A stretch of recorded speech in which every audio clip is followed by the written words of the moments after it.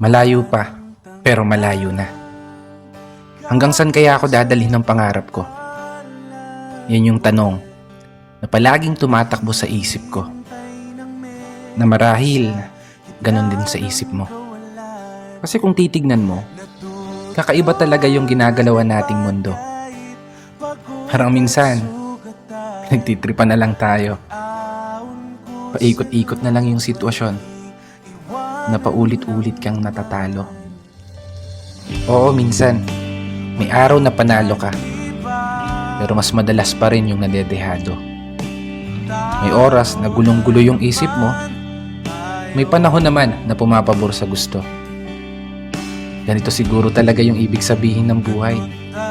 Hindi perpekto ang tempo, at lahat nakaayon lamang sa tiyempo. Pero kahit ganon, dapat magpasalamat pa rin tayo. Kasi isipin mo naman, sa likod ng napakaraming beses na pagkatalo mo, eto ka pa rin, nananatiling nakatayo